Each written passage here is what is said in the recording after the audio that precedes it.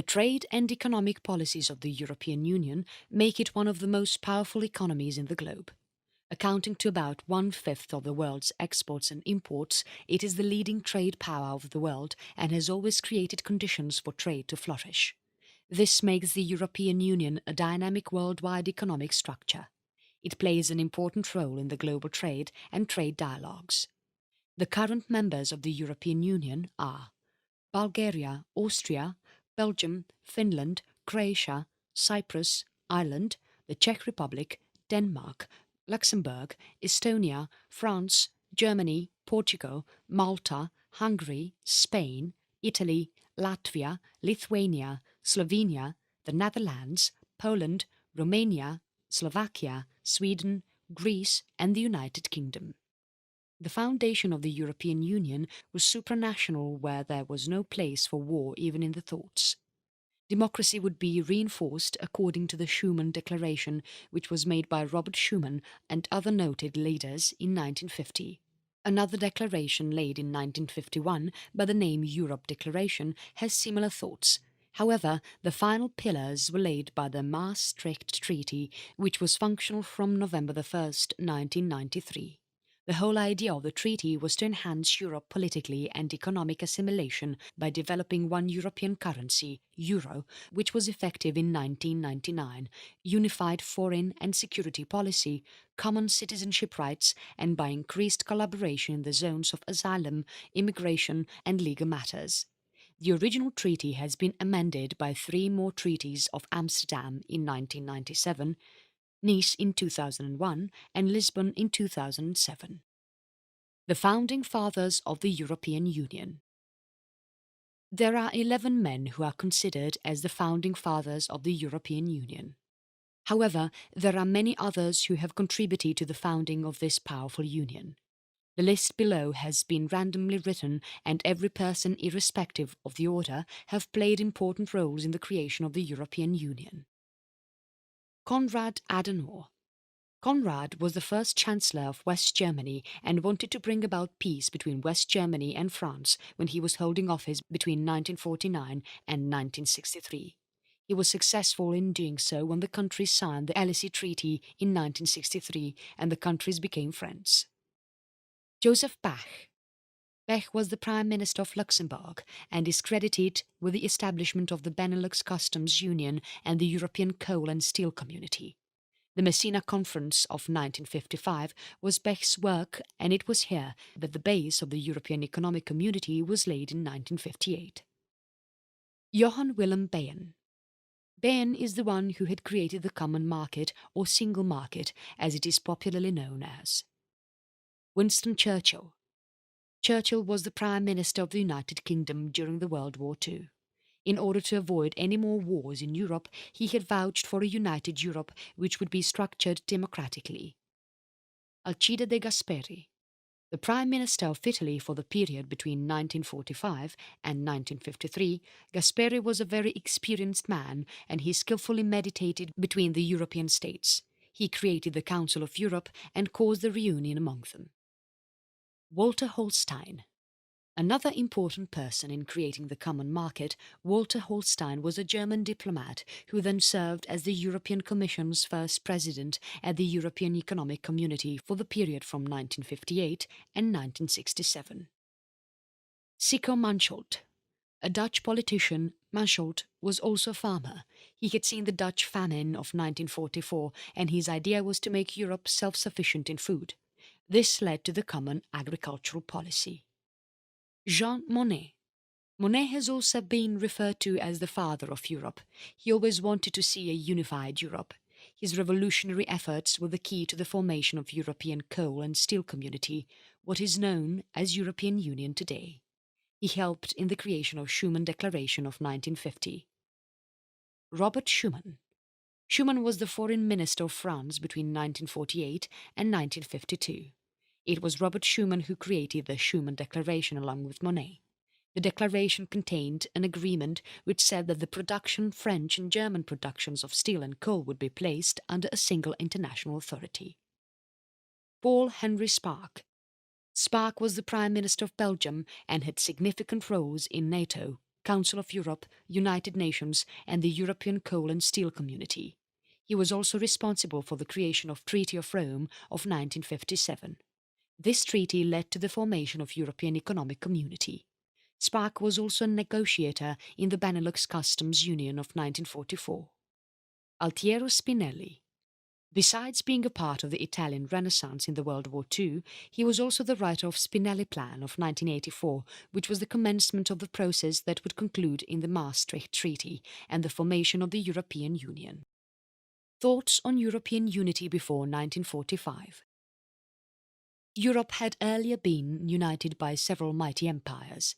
The thoughts of a united Europe were first seen in the year 1453 when the Turks fell Constantinople. A Hussite king of Bohemia, George of Poděbrady, had proposed the unity of Christian nations of Europe against the Turks. This, however, was completely based on religious philosophy and had nothing to do with geographical locations of the nations. It was an American colonist by the name of William Penn who wrote to European Parliament in 1693 when he saw a devastated Europe after the war. He intended to prevent war. Penn, however, failed to define how it would fit into the dogmatic actuality of Europe during that time. Abbot Charles de Saint-Pierre had also proposed the creation of a European group with 18 independent states who would have no borders. They would share the treasury and there would be an economic union. Famous Europeans, such as Tadeusz Kościuszko and Marquis de Lafayette, shared their vision of United States of Europe when the Americans had claimed their independence after the American War of Independence. During the 19th century, Napoleon Bonaparte has once stated in one of his conversations that if Europe managed to bring about peace internally between the states, a United States of Europe was probable. Augustin Thierry and Saint-Simon, who were French socialists, also had the same thoughts in creating some type of parliament in the Europe, which they mentioned in their essay, The Organization of the European Society. A Polish scientist, Wojciech Jastrzębowski, had also published a concept which he named United States of Europe. It spoke about peace amongst the nations. There were 77 articles in this project, and it saw United States of Europe as an organization rather than a superstate. Giuseppe Mazzini, in 1843, wanted to form a federation of European republics. Mazzini was a politician and writer from Italy. It was Victor Hugo who actually set the backdrop for the unification in 1847. In the International Peace Congress, Hugo used the word United States of Europe in his speech, which was organized in Paris in 1849. He imagined a united Europe and said that there would be a day when the United States of America and the United States of Europe will come face to face and reach out of each other across the seas. Hugo's idea was mocked in the hall, but he did not give up on his vision and brought forth the idea once again in 1851. John Stuart Mill, Giuseppe Garibaldi, Mikhail Bakunin, and even the French National Assembly called for a United States of Europe. There were several writers and politicians who envisioned a united Europe, including a Polish writer, Theodor de Corwin-Szymanowski's, whose work said that focus should be on statistics, monetary policy, parliamentary reforms, and economics instead of independence, nationalism and federation. He also looked forward to uniting Europe under a single currency. When the First World War came to an end, there were many more who came up with the idea of a unified Europe. Among them were a French Prime Minister, Aristide Briand, a French politician, Edouard Herriot, Arthur Saltera, and a Polish statesman by the name Józef Pilsudski. Fascism, communism, Great Depression and the World War II diverted the thoughts of the people, and united Europe was once again dusty. The Hungarian Prime Minister, Paul Teleki, was a supporter of the United States of Europe. In order to bring about peace in the nation, German ministers Cecil von Renthe-Fink and Joachim von Ribbentrop also proposed the European Association in 1943. The Germans got some Nazi support when the thought on single currency, trade and economic agreements, a central bank in Berlin, labour policy and regional opinion. The thought, however, had Germany in the lead, with all the states as its subordinates. The countries they proposed to join this German-led Europe were Slovakia, Germany, Spain, Denmark, Norway, France, Croatia, Italy, Finland, Greece, Serbia, Romania, Bulgaria, and Hungary. It was Jean Monnet who had stated in 1943 that the unity of Europe was not possible if the states are reconstituted on their basis of national independence, and that the states should organize into an alliance as they were too small to warrant any type of growth and success to its people.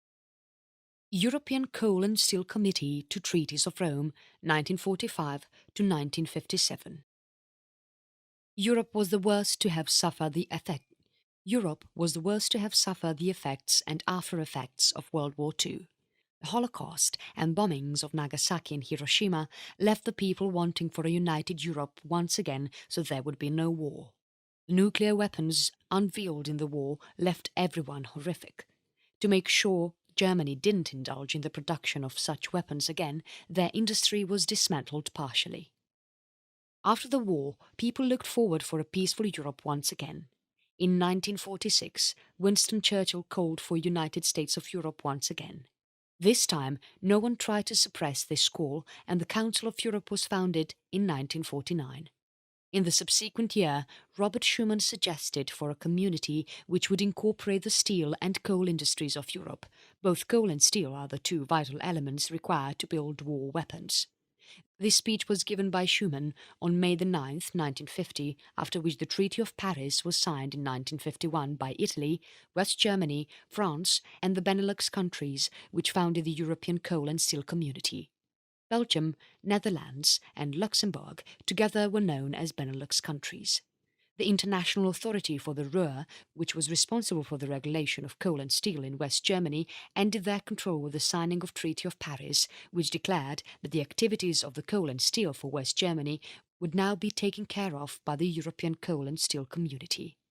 This also led to the establishment of High Authority and Common Assembly, which are the European Commission and European Parliament respectively in the present.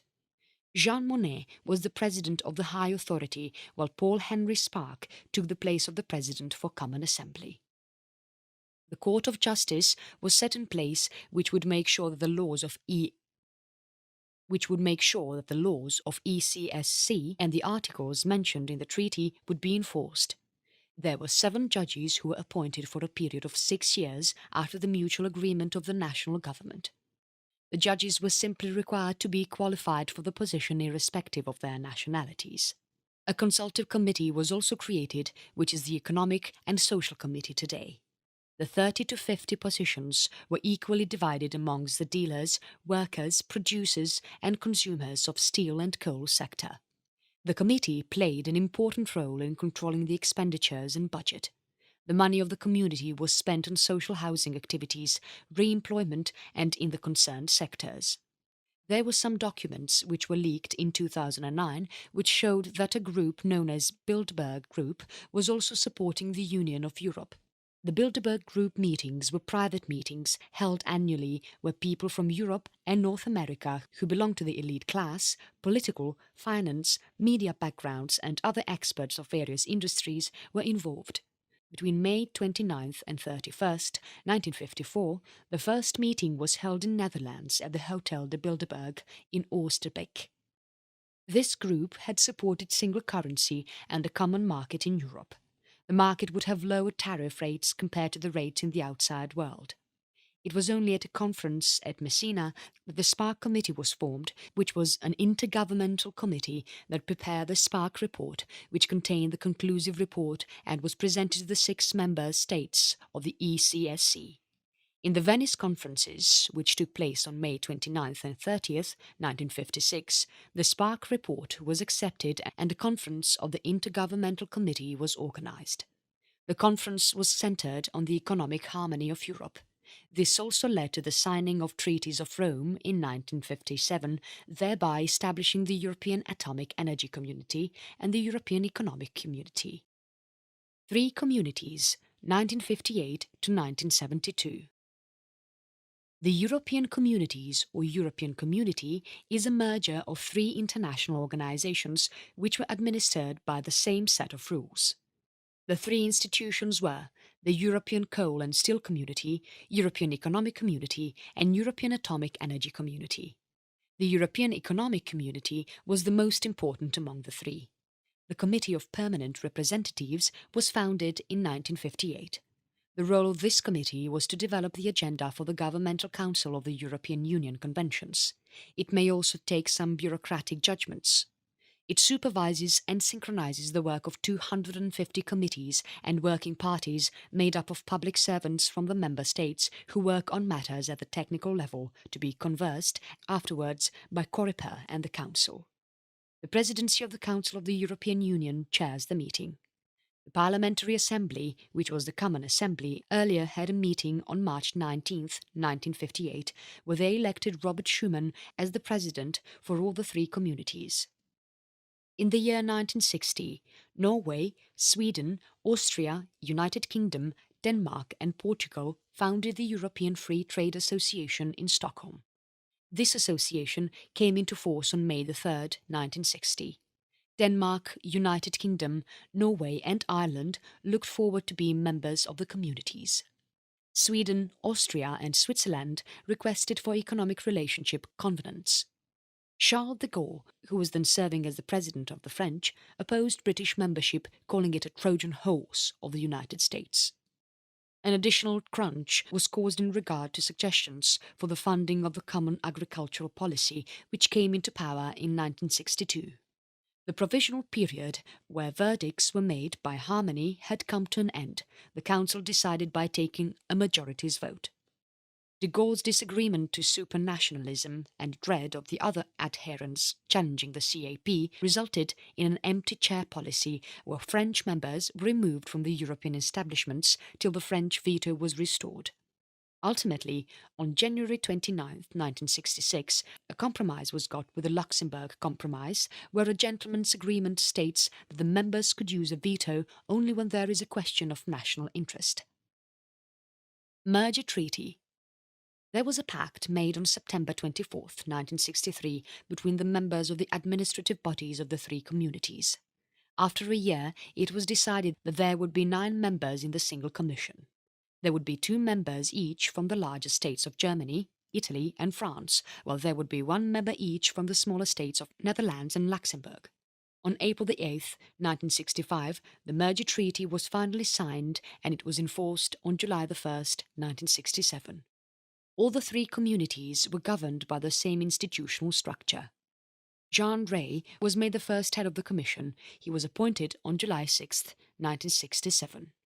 The first enlargement happened in 1973 when 3 more states were added: Ireland, United Kingdom and Denmark. Greece joined the community in 1981, while Spain and Portugal followed soon in 1986. The community has 16 members till 2013, and by 2017 the community has 28 members. Enlargement and Dolores Commission, 1973 to 1993. When the French president was changed, United Kingdom, along with Gibraltar, Denmark and Ireland joined the European communities on January 1, 1973. The first elections of the European Parliament were held in 1979 by universal suffrage. Universal suffrage is when all the adults except for a few have the right to vote. 410 members were elected, who elected Simone Veil as the President of the European Parliament. Veil was the first woman to become the President of the European Parliament. After 6 years of applying to join the community, the application of Greece was finally considered on January 1, 1981. Greenland voted to leave the community as it gained home rule from Denmark. January 1, 1986, Portugal and Spain also joined the community. The states had applied for a membership long back in 1977. Dolores Commission was management of Jacques Delors, who was the 8th president of the European Commission. His first term was from 1985 to 1988, the second was from 1989 to 1992, and the last was from 1993 to 1994. It made Delors the longest-serving president of the Commission. When Delors headed the European Commission, the term was regarded as the most prosperous times for the Commission. When Delors took over the Commission, Europe was going through eurosclerosis, which can be explained as an economic stagnation. This happens when there is unemployment despite the economic growth in the country. There were several problems such as want of democracy, slow enlargement and financial issues which gave rise to indifferent and deleterious approaches in the community. Delors tried to get to the bottom of the problem and visited the member states and found that Europe was quite slow in addressing the problems. He did not find anyone agreeing on the single market. Determined, he set a date for completing his task, 1992. Despite putting in all his efforts, he was criticized for not doing his best. To accomplish his target of completing the single market, he had to understand the political structure of the community. He had to know which member would negate the proposal. Delors persuaded the leaders to opt for qualified majority voting so the process wouldn't stop. So he put Baron Cockfield in the drafting legislation. Cockfield's work is considered accurate and his knowledge about the system was fabulous. The internal market was completed by Dolores Commission and the grounds for single European currency set. Delors and his commissioners are said to be the founding fathers of Euro. Their work led to the signing of Single European Act in 1986 and the Treaty of Maastricht in 1992. During his presidency, there were many enlargements including Portugal and Spain.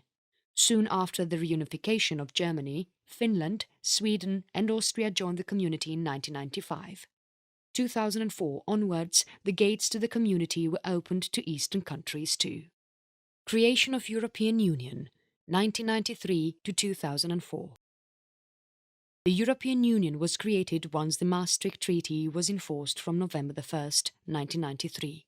The European Union was in place along with its three pillars, which comprised of the European Communities pillar, which took care of the economic, social and environmental policies. It encompassed the European Community, the European Coal and Steel Community, till it expired in 2002, and the European Atomic Energy Community. The Common Foreign and Security Policy pillar was in charge of foreign policy and subjects concerning military. Police and judicial cooperation in criminal matters had to fight against crime. This pillar was originally named Justice and Home Affairs. A socialist group was created when the 1994 European elections took place. This group was the biggest in the parliament. Jacques Santer was proposed by the council to be the president of the commission, but was in an undermining position as he was the second choice. Although Parliament approved Santer for the position of the president, but he managed to gain more support and earned 416 votes to 103.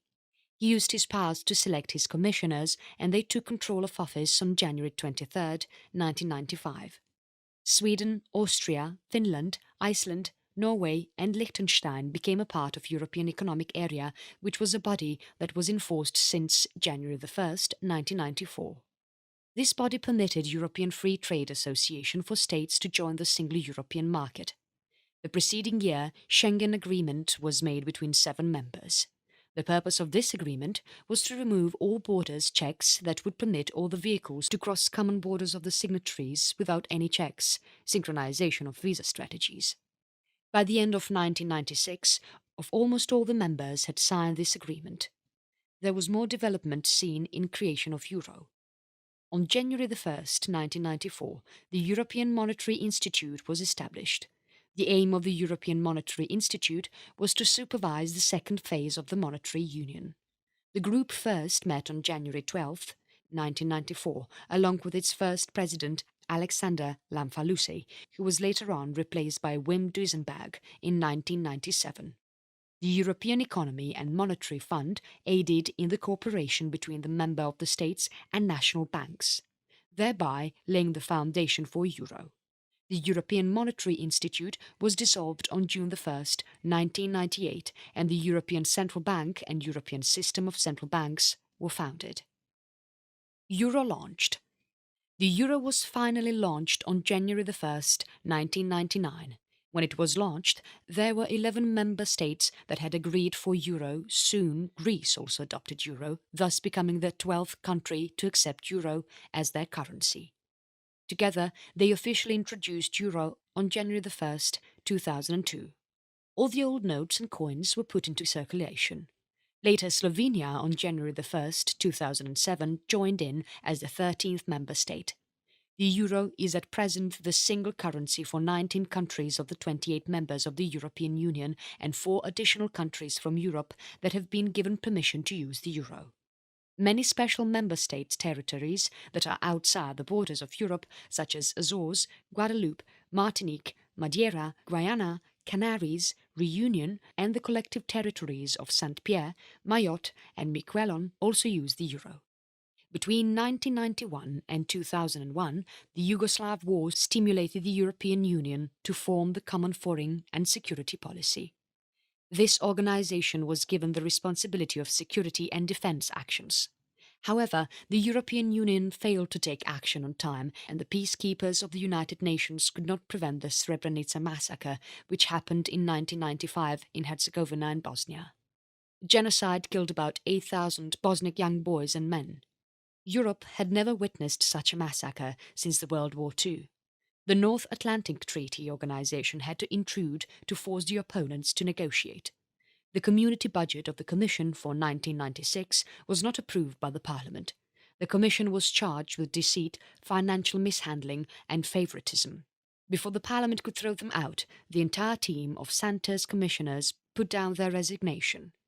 Delors' concepts and works had left a deep impact on the entire Parliament and the Council, which put the Commissions in a challenging position in the coming years. After the resignation of the entire Santer's Commission, the Socialists couldn't uphold their position as the majority and the People's Party took over.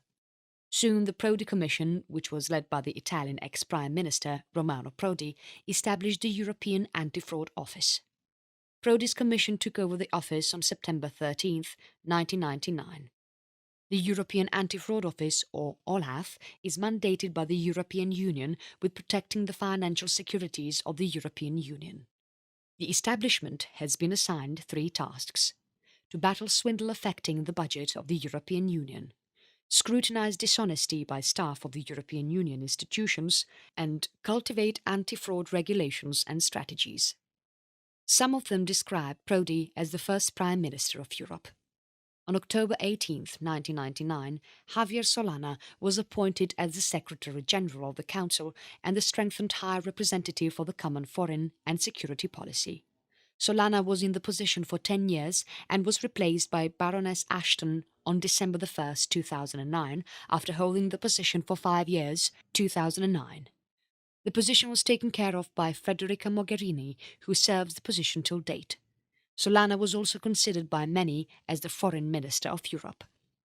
After the Nice Treaty was enforced on February 1, 2003, there was another enlargement and 10 new members joined the European Union. The Nice Treaty was actually signed on February 26, 2001. The Treaty of Rome and Maastricht Treaty were amended by the Nice Treaty. Many people had seen the Nice Treaty as a weak compromise. Since Germany was higher on its population, it demanded that this be reflected in a higher vote weighting in the Council. France, however, opposed this and asserted that the equality be maintained amongst them. The Commission suggested that the earlier weighted voting way should be changed with the double majority method that would need all those who were voting in support to represent a majority of member states and the population for a proposal which would have to be sanctioned. France rejected this suggestion for reasons they did not disclose.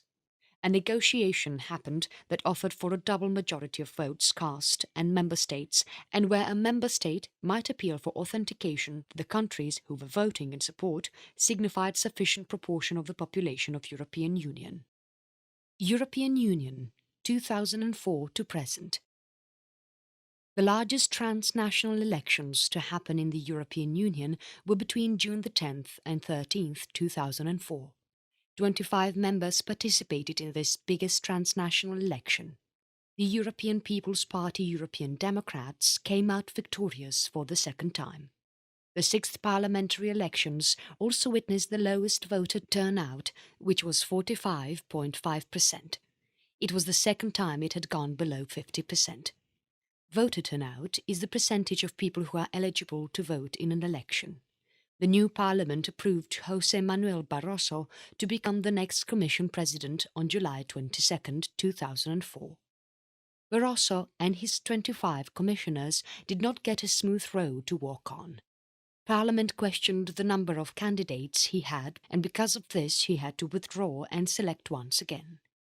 Prodi and his commissioners had to prolong their stay up to November 22nd, 2004, till the new set of commissioners were finalised and instated. It was decided that the European Constitution would take the place of the existing treaties of the European Union, while a single text, magnified the qualified majority voting to policy zones, that was decided earlier by unanimity among the member states and give legally empower the Charter of Fundamental Rights. For a treaty to be enforced in European Union, the member states need to ratify it. Because of different constitutional arrangements and procedures, ratification could be different for every country. European Union treaties are sanctioned through parliamentary votes in most states, while member states like Denmark and Ireland hold referendums. Since the constitution was new and unique, many people who were against the constitution debated on having referendums throughout Europe for it to be made official. The first member state to hold the referendum was Spain, and the treaty was favoured by 76% votes. Many other member states such as Denmark, Netherlands, Portugal, Spain, France, Ireland, Luxembourg and United Kingdom declared that they would hold referendums. France and Denmark rejected the referendum, while majority in Luxembourg and Netherlands favoured the treaty. The other member states cancelled their referendums. When the treaty was rejected, a group of highly qualified and experienced politicians got together to understand why the treaty was rejected. On September the 30th, 2006, the group known as the Amateur Group met in Rome. They presented their report on June the 4th, 2007. They suggested that a new intergovernmental conference should be established who are experts in writing a new treaty, thereby rewriting the Maastricht Treaty and the Treaty of Rome, while a legally binding status would be given to the Charter of Fundamental Rights of the European Union. They also said that the new treaty would be established on the first and fourth parts of the Constitution, and the remaining changes would be done through the amendments made in the Treaty of Rome. In the next European Summit meeting held on June 2007, the member states they decided to drop the idea of constitution and amend the treaties that would continue to be in force. They also decided on a comprehensive directive for a new intergovernmental conference to discuss a new treaty comprising such amendments to the prevailing treaties, mainly the Treaty of Rome and the Treaty of Maastricht. These dialogues were accomplished by the end of the year. The new treaty, which had earlier been denoted as the Reform Treaty, now became the Lisbon Treaty on its ratification in Lisbon on December the 13th, 2007. Through it, the President of European Council and the post of High Representative was expanded considerably. There much discussion on who should take the position as the President of European Council. Herman Van Rompuy was given the role of the President and Catherine Ashton was given the position of High Representative. The European People's Party won the 2009 elections too. There were once again two parties in the Parliament, the People's Party and the Socialists. Jerzy Buzek became the first elected president. The Council nominated Barroso for a second term and the European People's Party also supported him. They had also declared Barroso as their candidate before the elections took place. The Greens European Free Alliance and the Socialists opposed Barroso. Even though much behind their schedule, Barroso was approved by the Parliament. The fifth enlargement happened on January the 1st, 2007, when Bulgaria and Romania were added. Slovenia, Malta and Cyprus all adopted the euro in 2007 and 2008 respectively. The European Union has been facing a debt crisis since the end of 2009. It is a multi-year debt crisis. Member states Portugal, Greece, Cyprus, Spain and Ireland, all using euro, couldn't pay back, nor were they able to have their government debt refinanced or bail out overly indebted banks which were being monitored without the help of the third parties. These third parties were European Central Bank, other countries using euro and the International Monetary Fund. The leaders of the Eurozone decided to help the member states who couldn't raise funds by making provision for loans. This situation had an impact on the treaties of the European Union. It ruled out all bailouts of a euro member state in so as to inspire them to cope their finances, This was contradicted by the disagreement that these were loans and not grants, and that neither the European Union nor the other member states presumed any accountabilities for the debts of the member states who were helped. Greece was trying to reinstate its finances, while the other member states were also under threat, and it was likely that the members of the Eurozone would also be affected with the consequences. The European Union agrees on a loan mechanism. The crunch also urged an agreement which required additional economic assimilation and a variety of offers such as the Federal Treasury, European Monetary Fund or others. The European Union has been bestowed with the Nobel Peace Prize in 2012. The award was given to the European Union for their contribution to improvement of peace and appeasement, democracy and human rights in Europe. While awarding the European Union with the Nobel Peace Prize, the Nobel Committee said that the horrible misery in the World War II called for a new Europe, and today war between France and Germany is unthinkable. This clearly demonstrates how using well-targeted efforts and by gaining confidence past enemies can become close friends. Croatia also joined the European Union on July 1st, 2013. The territory of Mayotte and French Indian Territory were also made a part of the European Union as the outermost region. There has been much hustle going in the European Union ever since the citizens of United Kingdom have voted to move out from the European Union. This vote happened in a referendum on June 13th, 2016. The results favoured the decision by 51.9%. The process is known as Brexit. However, there is much controversy on what changes would take place in United Kingdom. The present Prime Minister of United Kingdom, Theresa May, has already submitted a notice to the President of the European Council, Donald Tusk. The notice read that United Kingdom would be leaving the European Union under the Article 50 of the European Union's Lisbon Treaty.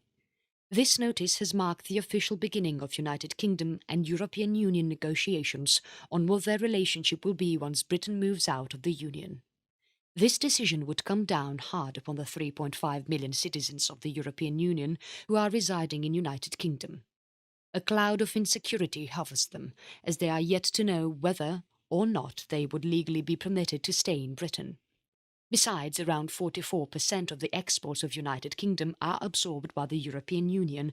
The trade barriers that would come up might lead to a recession in Britain. What would follow is 2 years of strong negotiations to avoid such outcomes. Although the European Union and Britain have completely opposite goals on the important disputes, a conciliation would be tried to reach. The aim would be to devise a negotiation deal on significant disagreements, such as a migration which would permit a lenient Brexit where United Kingdom would keep some admission to the single market of the European Union. Harmony is looked for by all, and this is what led to the formation of the European Union. Peace finally prevails in Europe. A united Europe had been the vision of hundreds of people who wanted a peaceful and prosperous Europe to live in. After years of disagreements and struggles, and the efforts of many people who wanted to see a united Europe where there were no wars and fights, the dream of many such people came true when the first community was formed. The hope got stronger when the first enlargement happened, after which there was no turning back for the European Union. What began with 6 member states is now a mighty union with 28 member states. Today, the European Union is one of the most influential organizations that is globally affecting the trade and commerce of the world. However, the fate of United Kingdom is yet to be witnessed once it moves out of the European Union.